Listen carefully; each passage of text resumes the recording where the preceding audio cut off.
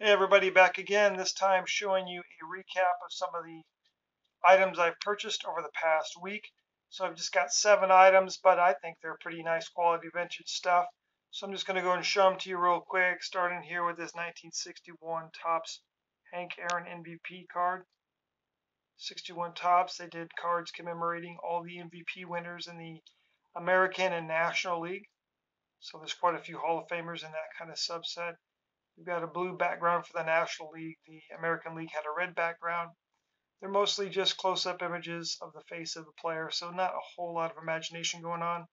This one's pretty sharp. The centering's not too bad, but you can see a couple of white dots there, which is not totally uncommon for those solid background cards. Then over here, I already own this 62 Topps early win. This is his last Topps issued card as an active player. And really sharp, man. Excellent centering on this. It's a 7.5. The one I owned before was a 6 with a mark on it. There was a pin mark on the back of the other one. So a nice upgrade on that for the early win collection. Once again, his last card as an active player. Staying with the 62 Topps theme, this beautiful Orlando Cepeda All-Star card. Gotta love that wood grain finish, and it really is accentuated on these All-Star cards. The Sporting News All-Star.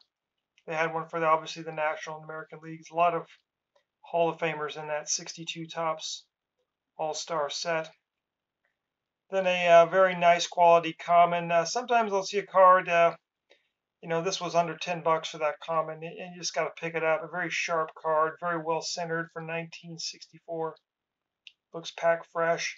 Good vibrant colors. Like the way the Braves color cards from that year clash with kind of a greenish tone on the white.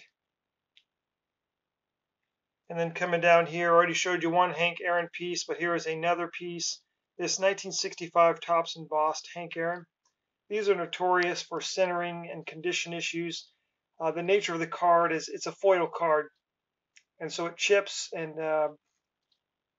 chips real easily. And the centering on these is pretty much atrocious. They gave you these one per pack back in '65 when you're buying the packs. You'd get this as an insert card, promotional piece, if you will. I own this whole set raw, and so I slowly pick up a couple of these here and there for the players I collect. This Hank Aaron one is really in good shape. It is an Element 6 because if you kind of look at it at an angle, it's hard to see, but there's kind of like an indentation or a seam just through the middle in between Hank and Aaron going from side to side. It looks like something that was probably done at the factory. Overall, it is a pack fresh card and really a cool piece. Some people aren't big fans of these topped embossed, but I am.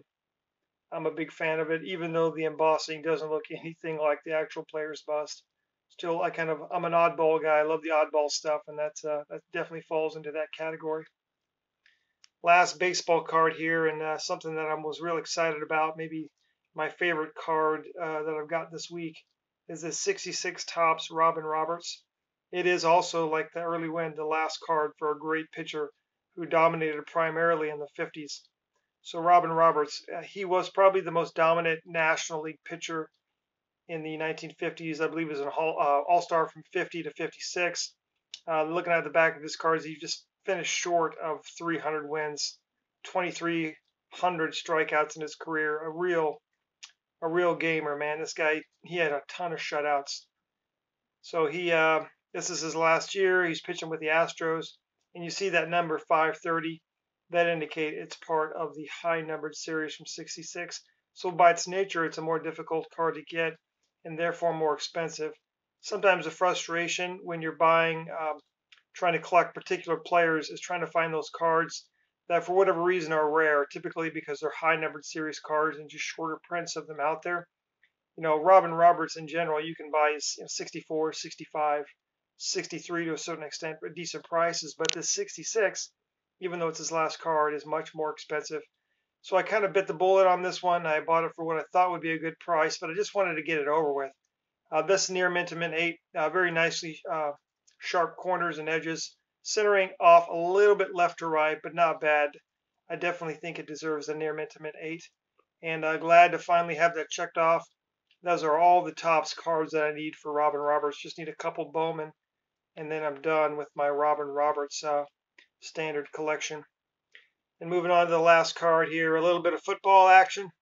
The other day I was just watching, I think it was a football life on YouTube, and looked at the Roger Staubach, just an amazing guy, naval officer, served his country in the Vietnam era, came back and had a nice career with the Cowboys as their quarterback during those dominant Cowboy teams of the 70s primarily, and then went on to a successful real estate career. So good person, quarterback, veteran, Roger Staubach.